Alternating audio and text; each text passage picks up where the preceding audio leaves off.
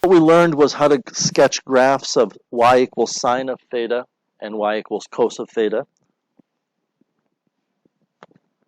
If you like, we can talk about y equals sine of x and y equals cos of x. It really doesn't matter. Your textbook tends to use x in this chapter when it's talking about graphing trigonometric functions, which does cause a little bit of confusion for some people because the x on the graph of, say, y equals sine of x is actually the theta on a rotation angle, and it has nothing to do with an x coordinate on the unit circle. Now, the bottom line when we cut through everything, the bottom line is you need to know the following properties of these two functions, y equals sine of x and y equals cos of x. Y equals sine of x starts at the origin and moving to the right goes up, then down, then down, then up. And it does so over a period of 2 pi. The maximum value of the function is 1. The minimum value is -1. And it continues indefinitely in both directions. When you look at the graph of y equals cosine of x,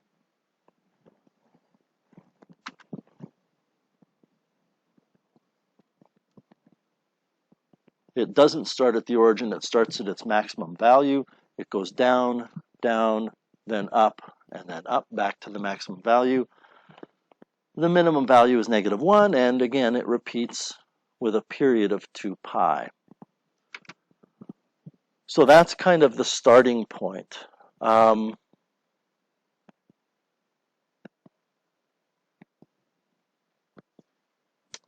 amplitude was a new term.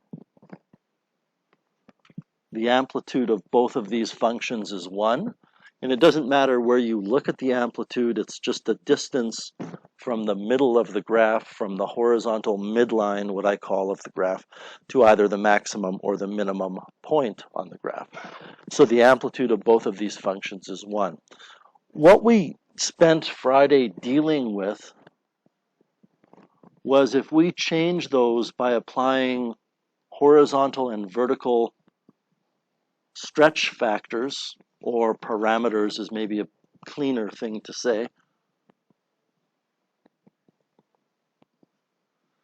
that since A is responsible for some kind of vertical stretch, then that would change the amplitude and that would also change the range. Because I didn't write this down, but the range of both of these graphs is -1 is less than or equal to y, which is less than or equal to 1. So if you introduce an A value that's not 1, I'm talking about lowercase a, the parameter a, then that's going to change the amplitude. And what we discovered is that in both of these cases, the amplitude is simply the absolute value of a. And that should make sense. I mean, looking at this graph visually, if I stretch y equals sine of x vertically by a factor of 5, then I have to multiply sine of x by 5, and it's going to become y equals 5 sine of x. This point is going to be 5 times higher or further away from the x-axis, so the amplitude will be 5. Even if a were -5, it would flip it over, but it wouldn't change the fact that the amplitude would still be 5. And then we discovered that rather than thinking of stretches here, and you know what, in fact, with this statement right here, I'm not even thinking stretches anymore. I'm just thinking I know that. The amplitude is the number in front of the function, disregarding negatives. And we discovered that although some people will use the concept of stretching to determine the period, we discovered that you could remember for both of these graphs, as well as remembering this statement, you could remember this statement, that if you're working in radians, that the period is 2 pi over b. And we just include the absolute value there because if b is negative, we don't want to end up with a negative period. If you wanted a period in degrees, then you would use 360 over b. The other thing that's important to remember, so these are both, I would say, memorize. I don't want to quash your creative way of learning. If you have a different way of understanding it better for you, great. But I think memorization is called for here. By the way, in addition to the statement that if the period is equal to 2 pi over b, what goes with that is that b is equal to 2 pi over the period. If you were to cross multiply that statement, and this is on page 31 of your unit handout, I think. Is that right?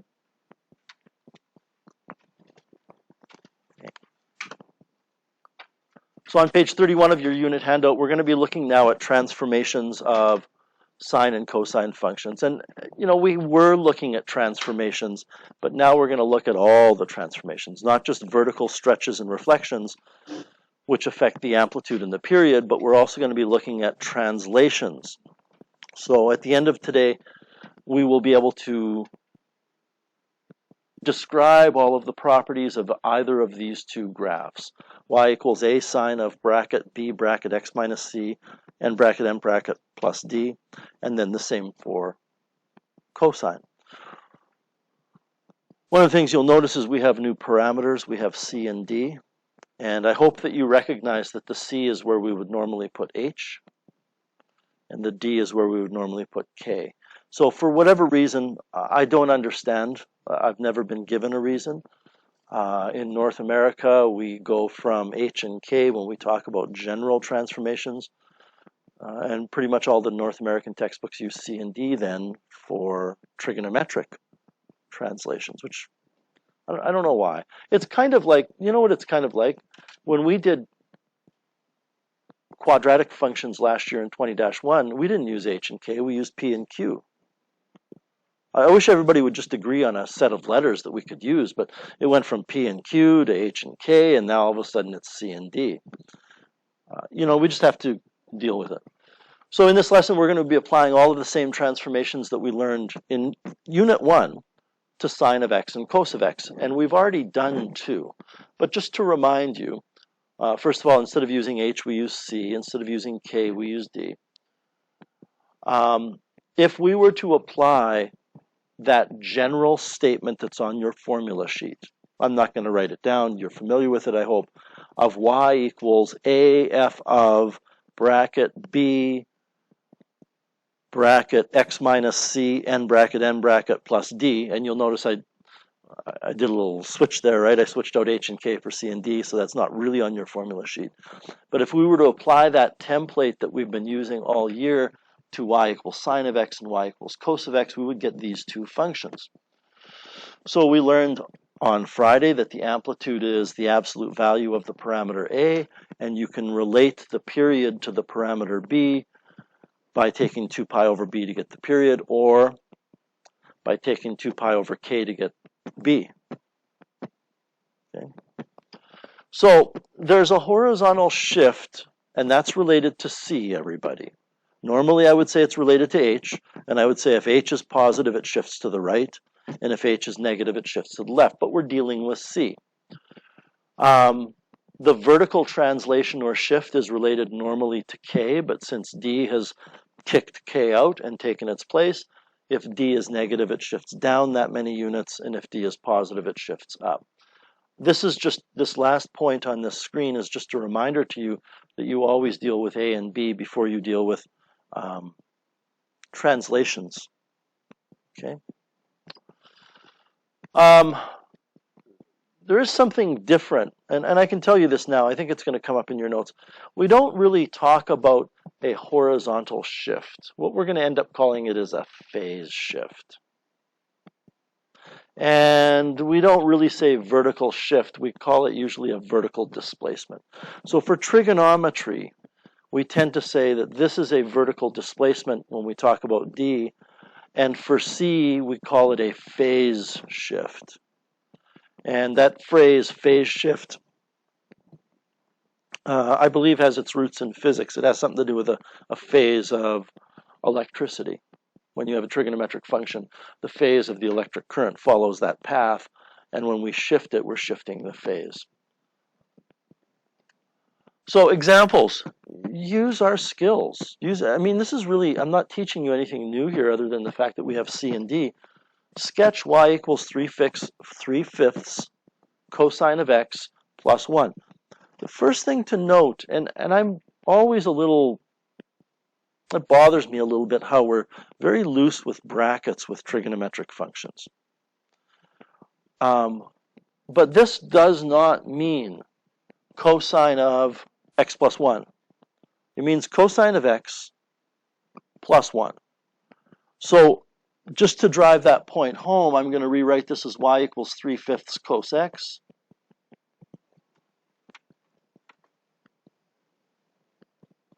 plus 1. Like that 1 is not with the x. Is yours different? What does yours say? You have a negative instead of just the 3/5, so it's negative. Okay, good. Thank you. So it's negative 3/5 cos x and then plus 1.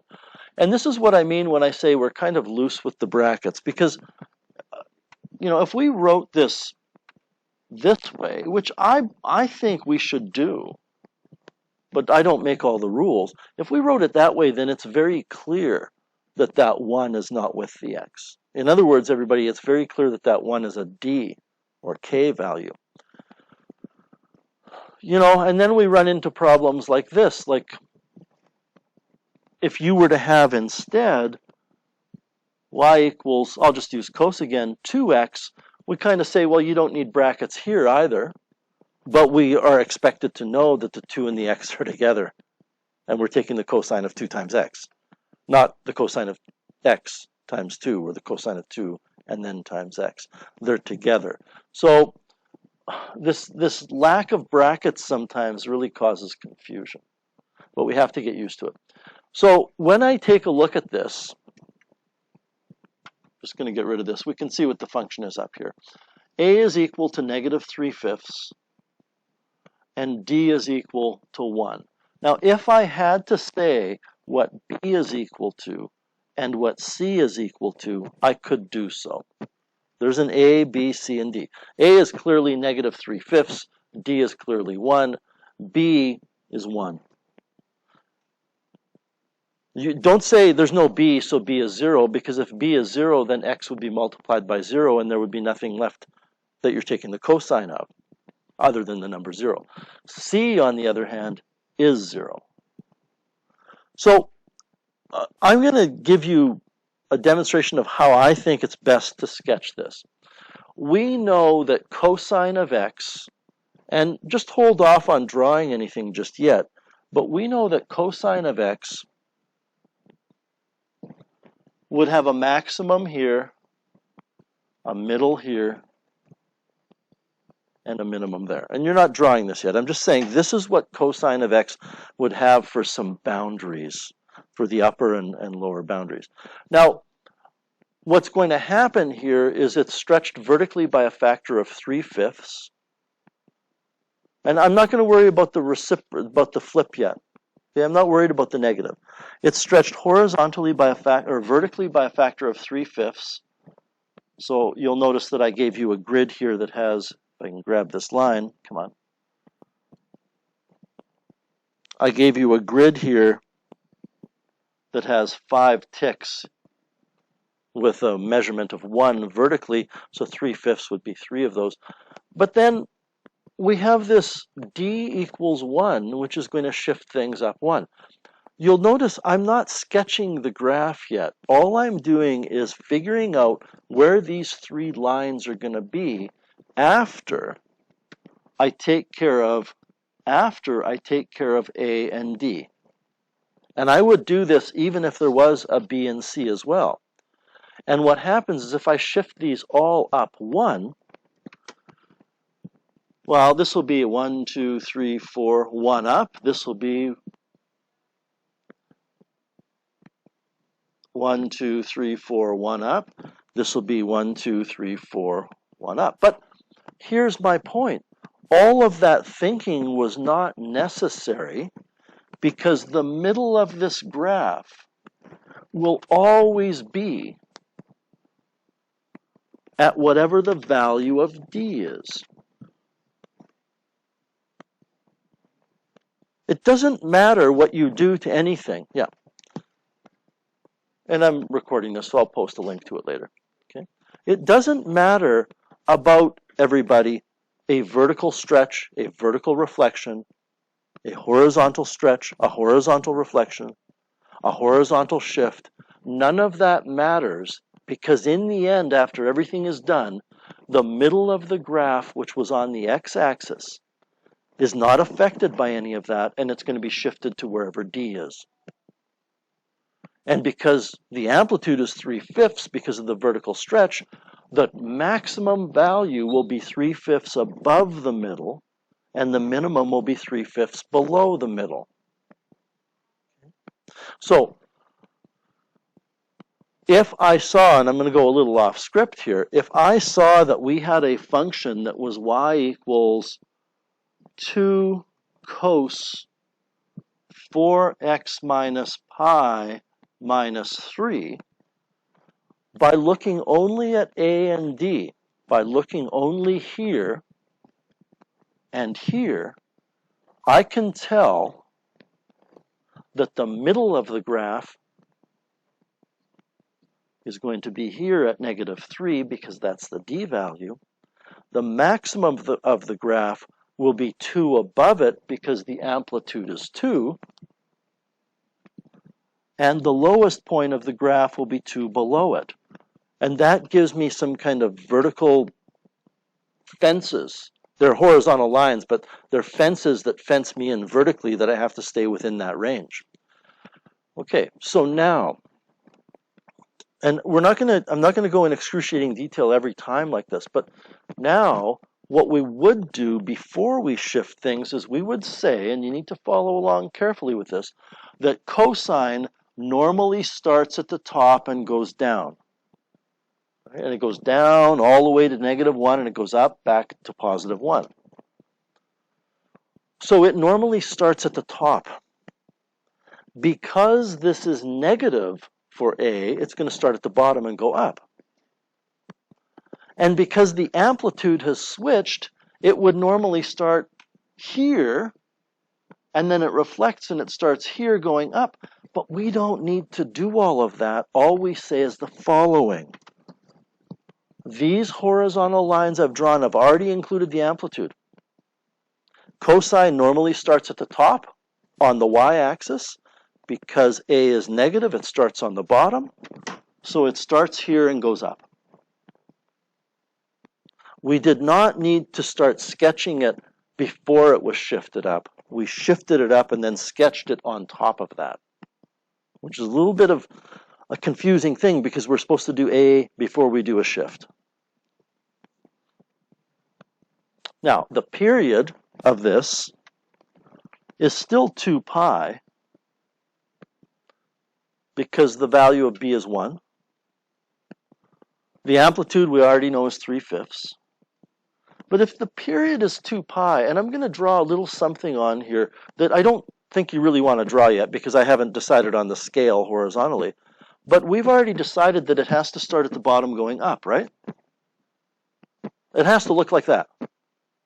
So what we have to do is draw those 4 pieces for a trigonometric periodic function. In this case, it's going to be up, up, down, down. And we have to draw it over a period of 2 pi. So it's going to end up back here, and we're going to split this into 4 equal pieces. Just looking across the top, halfway is pi, halfway between each of those is 3 ticks. So I need to go from this start point, and I'm going to call this a start point. It will be something that will be helpful in some of our further explanations. It is the point that the graph starts at on the y-axis. So it needs to go up to here, continue up to here, down to here, continue down to there. So this is what it looks like.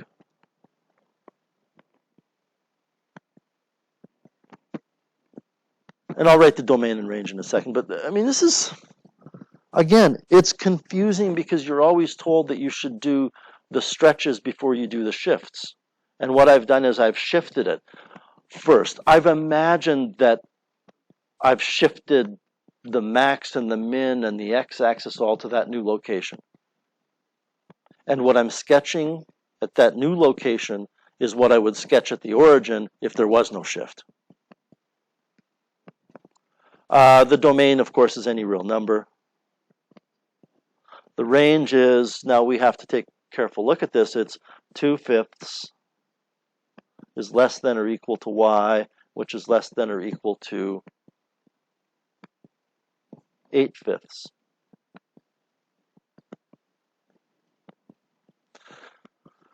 We could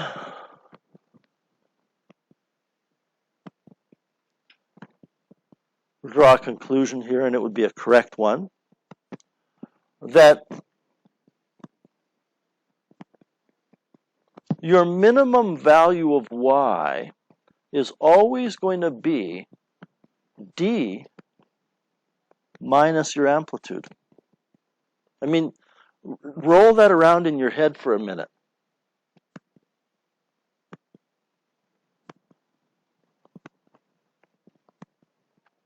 The minimum value of y is this value right here. This is y min.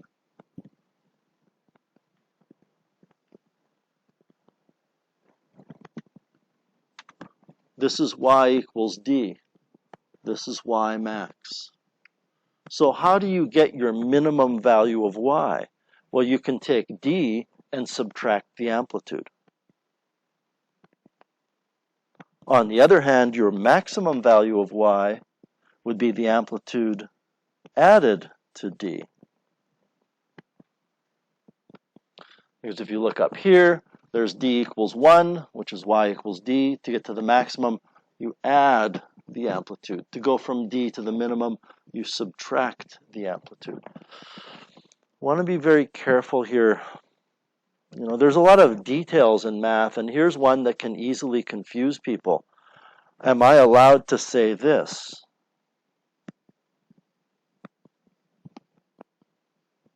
Is this a legitimate thing to say? Well, it turns out it'll work some of the time, but it won't always work. Because lowercase a is the parameter. And if lowercase a is negative, then d minus a will give you a larger number. So if you are going to use parameters in this description, you need to put absolute value signs around lowercase a, the parameter a. Finishing this off, of course, we could go in the opposite direction. It's going to end up back at the minimum working backwards. It's going to peak back at the minimum working backwards over 2 pi. It's going to peak halfway in between. It's going to be in the middle halfway in between that and the start point. And it will be here as well. So if you want to add more, you certainly can. You don't have to, though. I don't really care. I mean, you might be asked that on an exam, on a diploma exam, to, you know, draw the graph over 2 complete cycles, and I'm sure you could do that. Does anybody have any questions with A?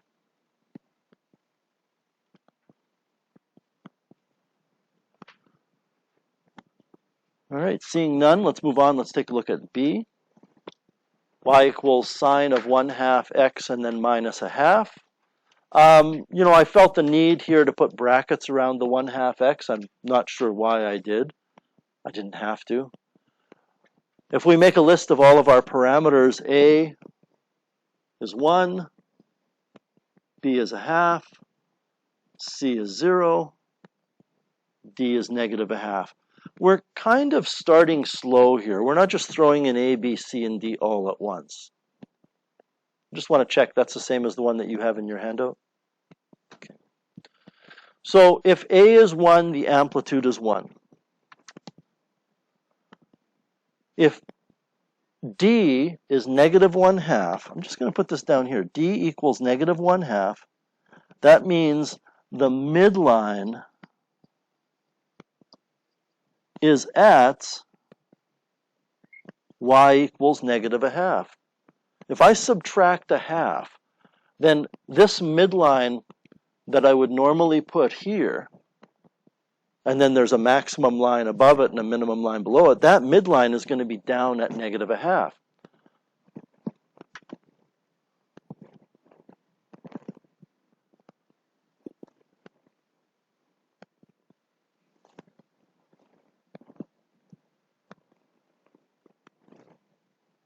So this is going to be where the middle of the graph is. And the amplitude is 1. So the top of the graph, the maximum part of the graph, is going to meet up with a line, a horizontal line, that's 1 above it.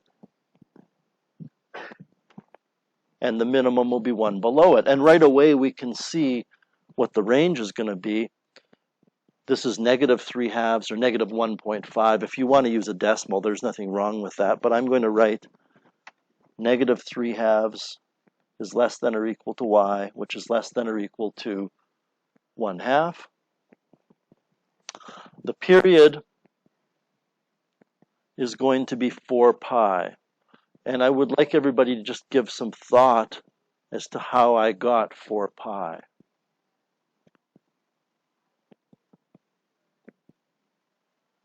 How many of you understand where 4 pi came from? How many of you understand why it's 4 pi because you thought of a stretch by a factor of 2? How many of you said, and that's good, nothing wrong with that, how many of you said that the period, which is k, is 2 pi over b, b is a half, and when I multiply the top and the bottom of this expression by 2, I get 4 pi. How many of you did that? Well, it's a stretchy group of students. You like stretches. That's fine. So it's 4 pi. Now, a is 1. This is the tricky part again. That doesn't, it seems like we're not following the rules. Sine starts at the origin and goes up. But what we've done is we've said, I know sine should start here and go up, but we've shifted everything down. So the start point is here. The start point is not at the origin for sine. The start point is at the midline, wherever that is on the y-axis. So it's going to start here, and it's going to go up. Why is it going to go up? Because a is positive 1. If a were negative, then the start point would be there, but it would be going down because of a vertical reflection. It has to go, don't do this, but it has to go up here, and then down here, and then down here, and then up here. That's the pattern that we're going to have. And we have to break that into our 4 pieces. So it is going to go up to here, down to here, down to this point, and up to this point. And when you do this, my advice to you would be just try to blur out where the x-axis is. You're only looking at those other lines that we've put in. We don't care about the x-axis. So the graph will look like this. Up, down, down, up. If you want to go in the opposite direction,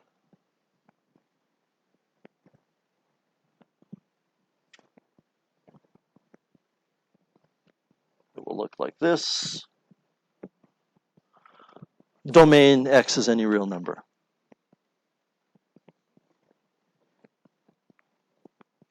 One of the goals that I have in showing you those horizontal kind of fence lines or boundaries is that sooner or later you don't have to actually draw the graph to answer the question. You understand that this minimum value of y is the value of d minus the amplitude. The maximum value of y is the value of d plus the amplitude.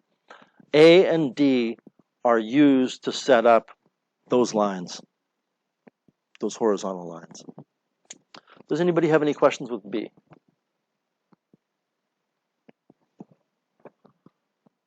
All right, let's take a look at F, because apparently I wasn't paying attention when I watched Sesame Street as a child. So I went A, B, F. I don't know what happened there. The next question is F. So I would like everybody, please, to do me a favor, take a minute and identify and write down the values of A, B, C, and D.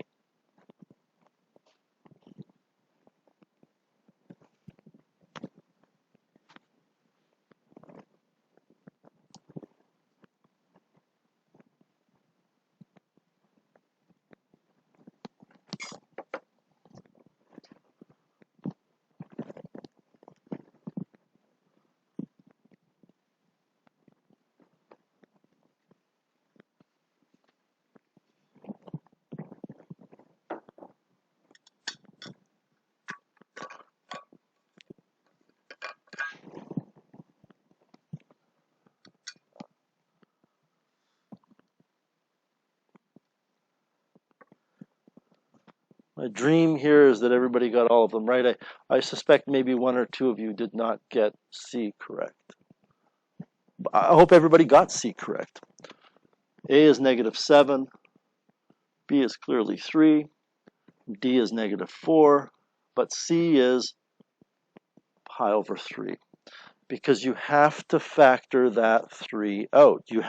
This is the B bracket x minus h thing. We need to actually write this as y is equal to -7 cosine of 3 bracket x minus pi over 3, close bracket, then -4 to see the value of C. And since it's x minus pi over 3, C is pi over 3.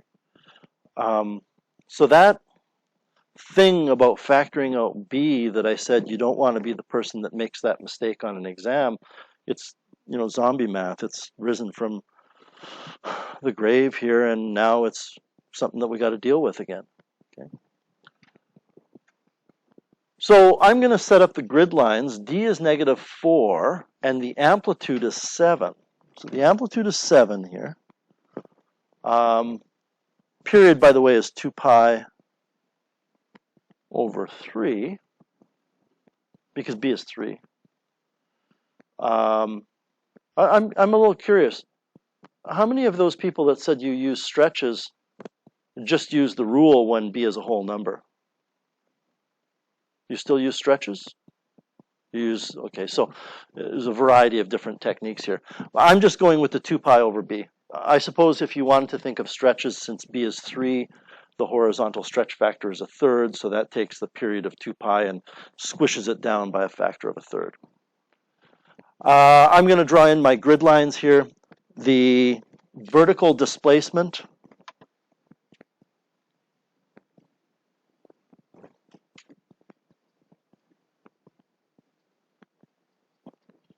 is the value of D, which is -4. So when I draw in my grid lines, I'm going to have a middle at -4, and then I'm going to have a maximum which is 7 above it, and a minimum that's 7 below it. So 7 above -4 takes us to 3. 7 below -4 takes us to -11. Now I've got my boundaries. So when I bounce this graph up and down from top to bottom, I'm focusing only on those dotted lines. I've got the period, and I'm not going to worry about the period until I'm ready to sketch the 4 pieces. Now, C is pi over 3. So follow along carefully here.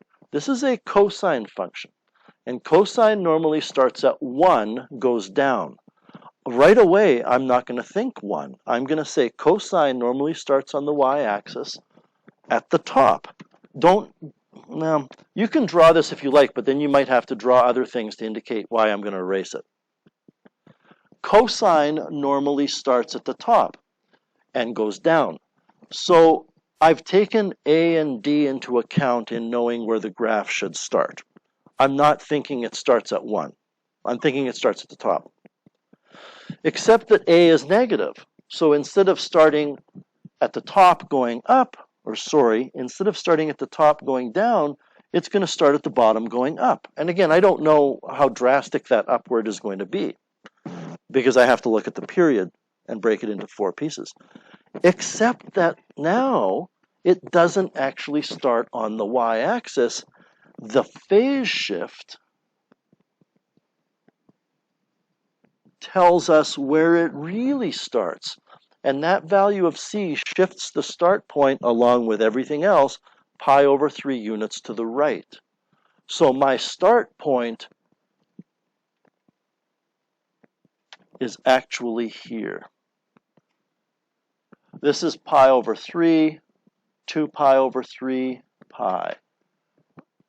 So what I've drawn here, this one actually is, I'll draw it in black. The green one that I have at the top is where cosine would start with those a's and d's if cosine had a positive value of a, and if the function was not shifted horizontally.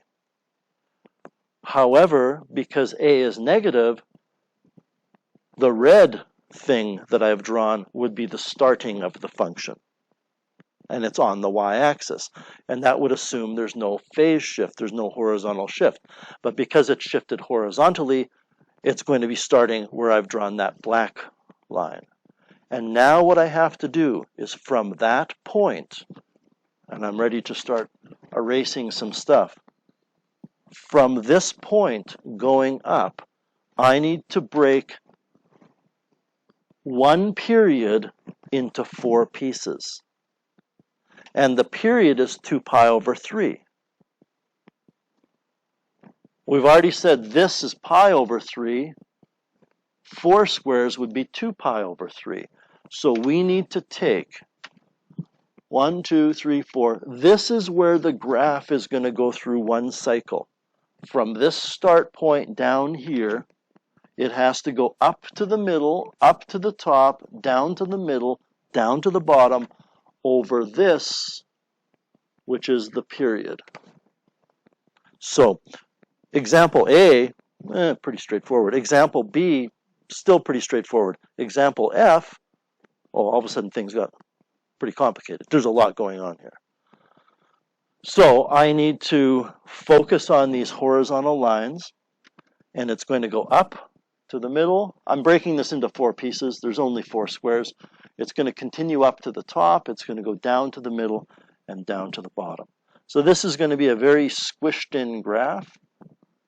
It's going to look like this, up, up, and down. And if you want to repeat it left and right, you certainly can. But I don't think that's where the learning is going on. I really don't.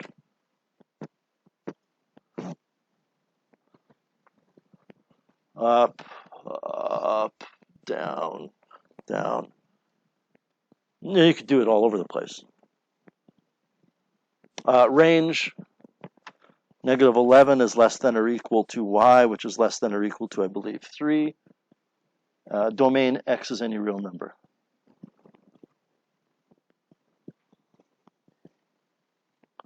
You follow that okay, everyone? You okay with that? Certainly a lot more complicated than the previous ones. So, I just want to check something. In your note package, do I actually call it phase shift and vertical displacement anywhere? Where is that? The very end, or? Okay, so it's in there. So okay, so the graph shows a cosine function of the form a cos bx. Determine the equation of the graph. So the first thing to note is that when you look at this question, h or c and k or d are 0. There's no c or d here.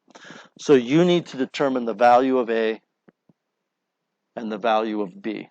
Was this example in our previous lesson? I think it might have been.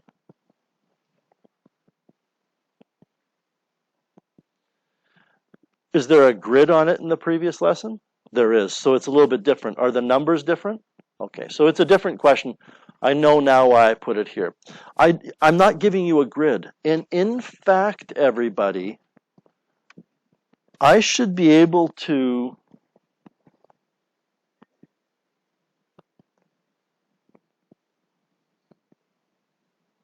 give you this and not even draw the axes in. You should be able to come up with the equation of this function. So I would like everybody to determine, using whatever tools you have at your disposal in your mind, what's the amplitude of this graph? Let's just start with that. What's the amplitude of this graph? You're going to get a written response assignment for this unit, and you won't get it until tomorrow. It'll be very similar to this.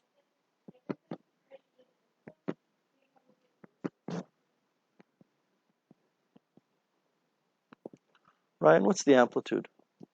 7. Let me ask you a question here. What if this was 17 instead of 7? I don't want you to change the question because it will muck up your notes, but what if it were 17? Could you figure out the amplitude then? Julie, do you know what it is? No. This is not 17. This is still only -7. So I mean, if this was 17, this was -7. Not -17 and -17, which would give us an amplitude of 17, which is what I'm sure you were thinking. But I'm saying it's going from -7 to 17.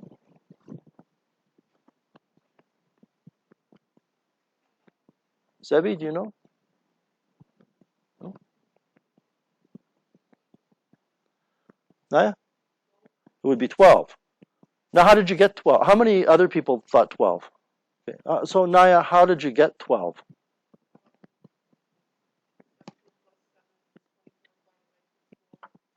Okay. So what Naya did is she found the distance between these 2 points vertically, and she took 17 plus 7 because she knows that this is 17 above the x-axis and this is 7 below.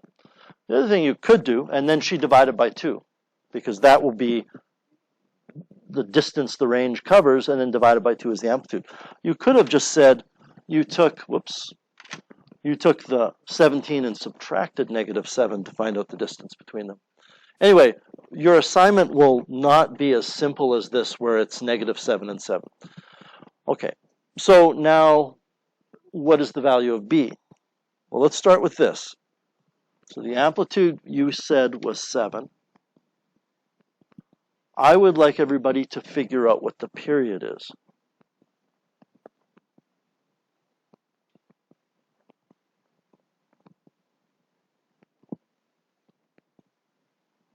And when you have it, could you put up your hand and then put your hand down so that I know who got it? Okay.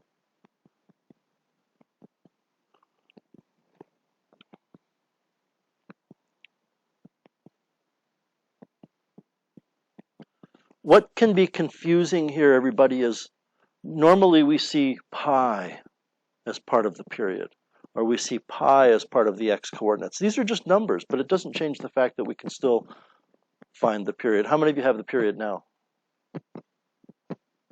Brianna, what is it, do you think? It is 12. How did you get 12?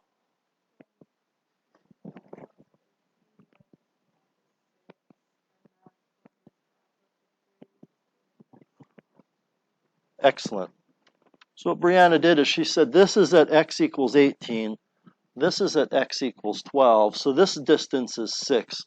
And then she said, and that's half the period. And it's half the period from here to here because it only has 1, 2, in my mind, this is how I say it's half the period. It only has 2 of the 4 pieces. It only goes up, up, it doesn't go up, up, down, down. So now you know the period is equal to 12, which means B is 2 pi over 12. So B has pi in it, not the period. Remember, B is 2 pi over the period. And here's where I suspect those people that connect B and K using stretches start to get a little shaky. I think it's very confusing to say, oh, well, I know the period is 12, so how do I stretch 2 pi to make it into 12? That's pretty weird to think about. Okay. Now we're almost done, except I do have to come back to reality because we do need to know, uh, where this thing is located in terms of the axes to actually answer the question. Because this is a cosine graph, and if I were to write y equals 7 cosine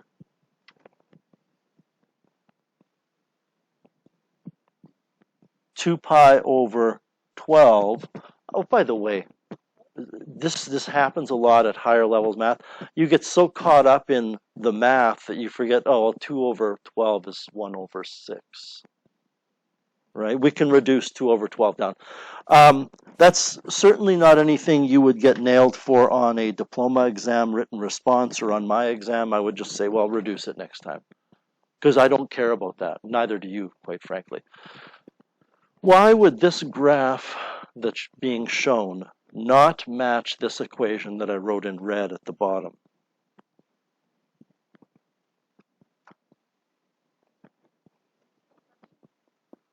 Why is exactly, Sienna? It's a reflection, so a vertical reflection. We need a negative. Why do you know there has to be a reflection?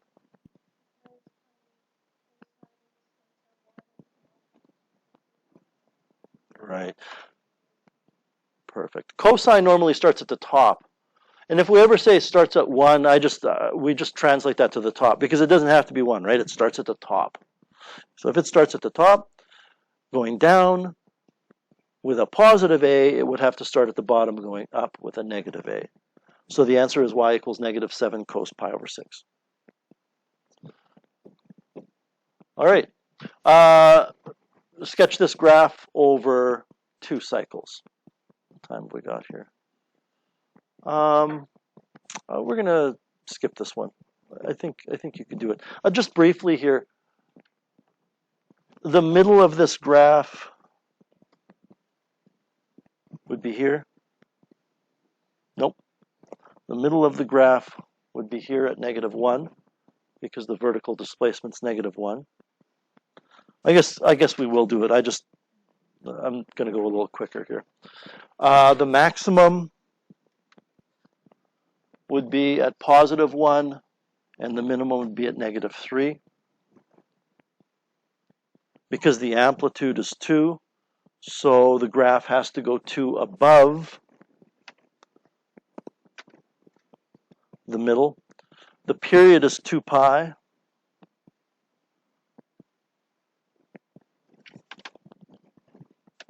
The period is 2 pi simply because b is 1. There's no number in front of theta inside of that argument.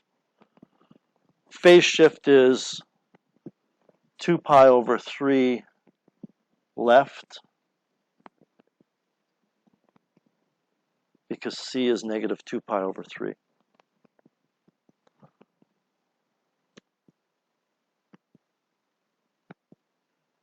So, and by the way, we'll get there in a second. So now we are ready to graph it. Where is the start point for cosine?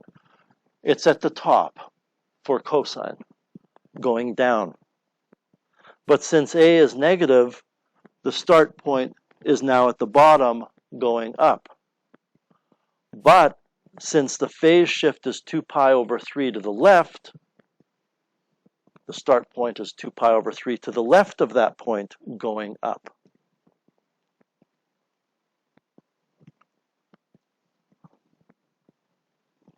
The period is 2 pi, so I don't know if what I'm about to show helps, but just look at the original axes up here to recognize that 2 pi is 6 squares. And that means since it's cosine, it has to start at this point going up. It's going to go up, up, down, down, and come back to the bottom in 6 squares. Where is it going to peak? It's going to peak halfway in between there at the top. Where is it going to be in the middle? It's going to be in the middle, vertically, halfway between the start point and the max point. So it's going to be in the middle here. It's going to be in the middle here. I guess it only took a minute to draw. We don't have to draw it over 2 cycles. I know it says over 2 cycles. Are we okay with that one? All right, one final one. What's the equation of this function if it's a sine function?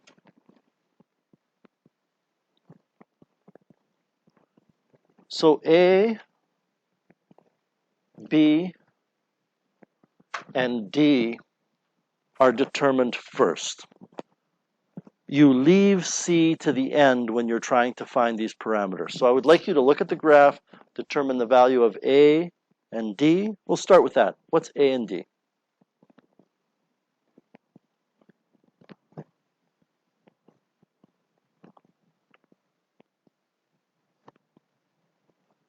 And I believe D is 1. When I look at the middle of the graph, which is halfway between the top and the bottom, the middle of the graph is at 1. I can see the amplitude is 3, so, well, that makes sense. A is 3. And now I need to determine B. And again, I don't know when you're talking about stretches. I don't know if people who like to think about stretches are very successful in finding B instead of finding the period. So I would recommend just saying it's 2 pi over the period. We need to look at this graph and see what the period is. The period is the distance horizontally that includes up, up, down, down. So that is, what that is, that's 4 squares horizontally, and pi is 6 squares, so it's 4 pi over 6. It's 2 pi over 3. So we get 2 pi over 2 pi over 3. And I'm going to multiply top and bottom of this little expression by 3. The 3's cancel on the bottom. The 2 pi's cancel top and bottom. B is 3.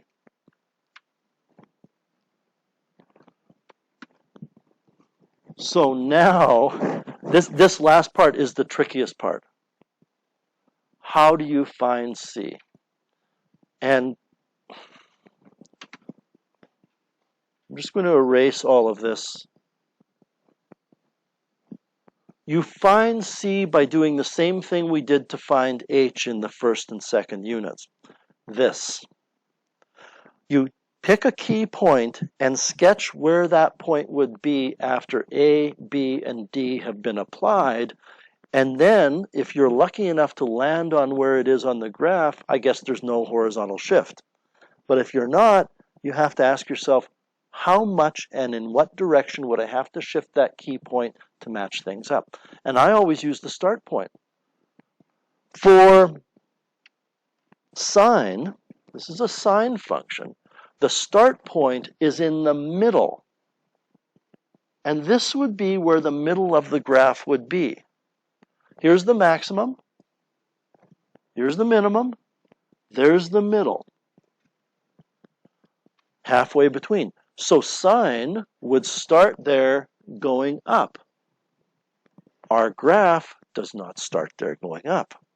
However, if I take this piece, and you need to watch here, I take this piece and I move it over to here, it magically matches up with what I want it to do, which means I have to take that start point and shift it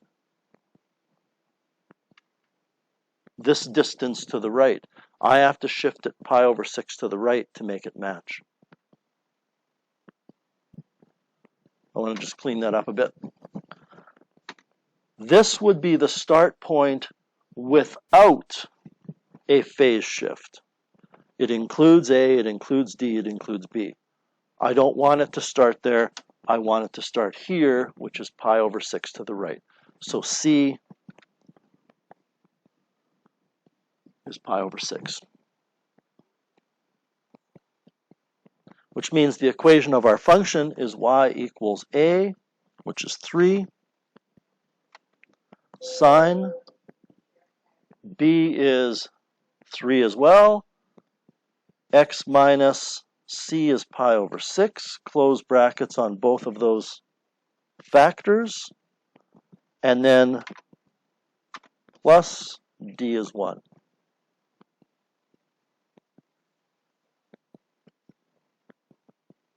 Good.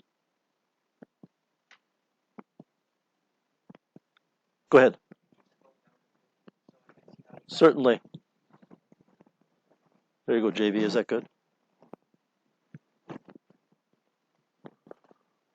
Let's go back.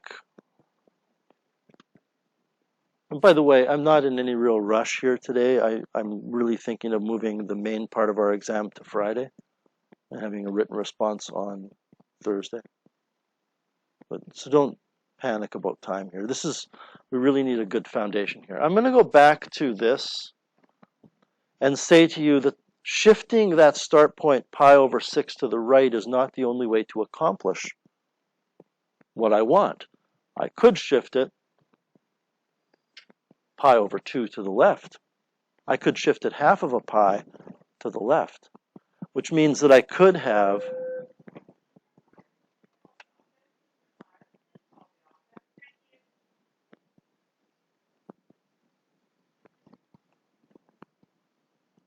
that. And we won't spend class time doing this, but if you want later, and anybody watching this video can certainly pause the video and try it, you could graph both of those. They're going to match up perfectly. Could I have the following for a function?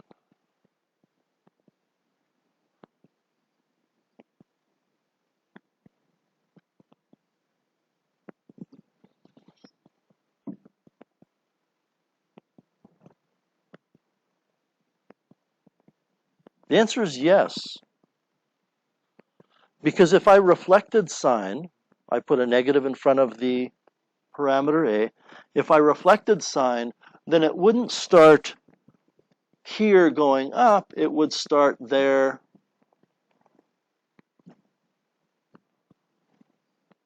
going down. And then I could shift it pi over 6 to the left. So c could be negative pi over 6, and then I would have x plus pi over 6. This is a perfect example of perhaps a multiple choice question where which of the following is not a possible graph? And then I would have a fourth one, which is wrong. I mean, there's nothing to say, everybody,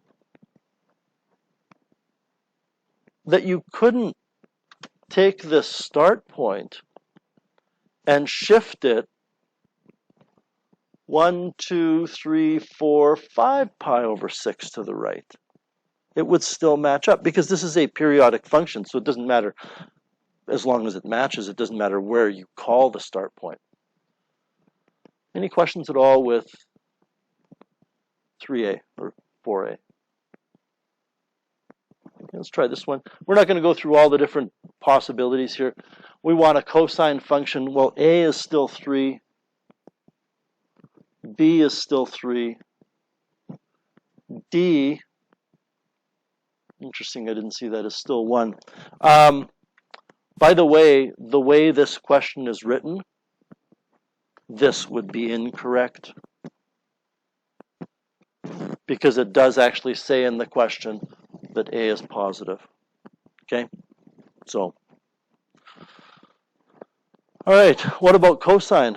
See, you know, this is too bad that it says a is positive, because if it didn't tell you that, cos would do this, and I would just throw a negative in front of the 3 and be done with it.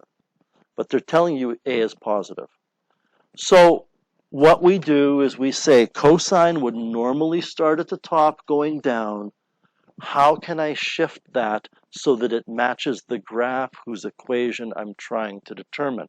And the answer is I can shift it pi over 3 to the right, or I could shift it pi over 3 to the left.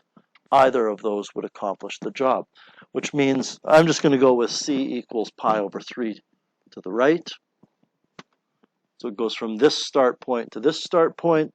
The equation of the function is y equals 3 cos 3 bracket x minus c, which is pi over 3. Close all your brackets, plus 1.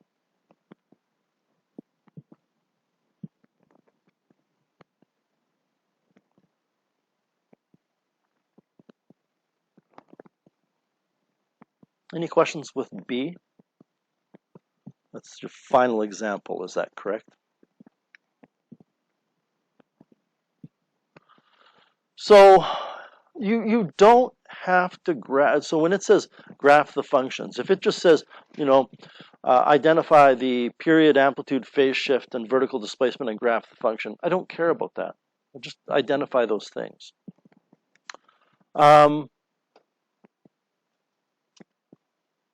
I have to look at my calendar in terms of scheduling the next exam and where that falls. And I also have to look at what the written response would be, but I'm really, because of absences today and it's trig, we can always practice more trig if we have time. I'm really tempted to say the multiple choice numerical response part of our exam will be Friday and the written response will be Thursday. In fact, let's make that decision. Okay. People that are away, they're going to have to watch the video, but I mean, there's other stuff going on in everybody's lives right now, so that'll give us an extra day, right? Tomorrow will be spent kind of going over this and reteaching it to people who weren't here, because although a video is helpful, they may have questions that they can't ask their computer screen, right? So we're working on this today, and you're going to continue working on it for tomorrow as well, a little bit. Okay, and then we'll get started maybe into some review tomorrow, but then the bulk of the review will be Wednesday and Thursday, and then Wednesday, written response Thursday during our seminar, review more Thursday during class. And I'll try to arrange the review that we do Wednesday. I'm not going to tell you what the written response is, but I'll try to arrange the review to be more focused on what that content is. Capiche?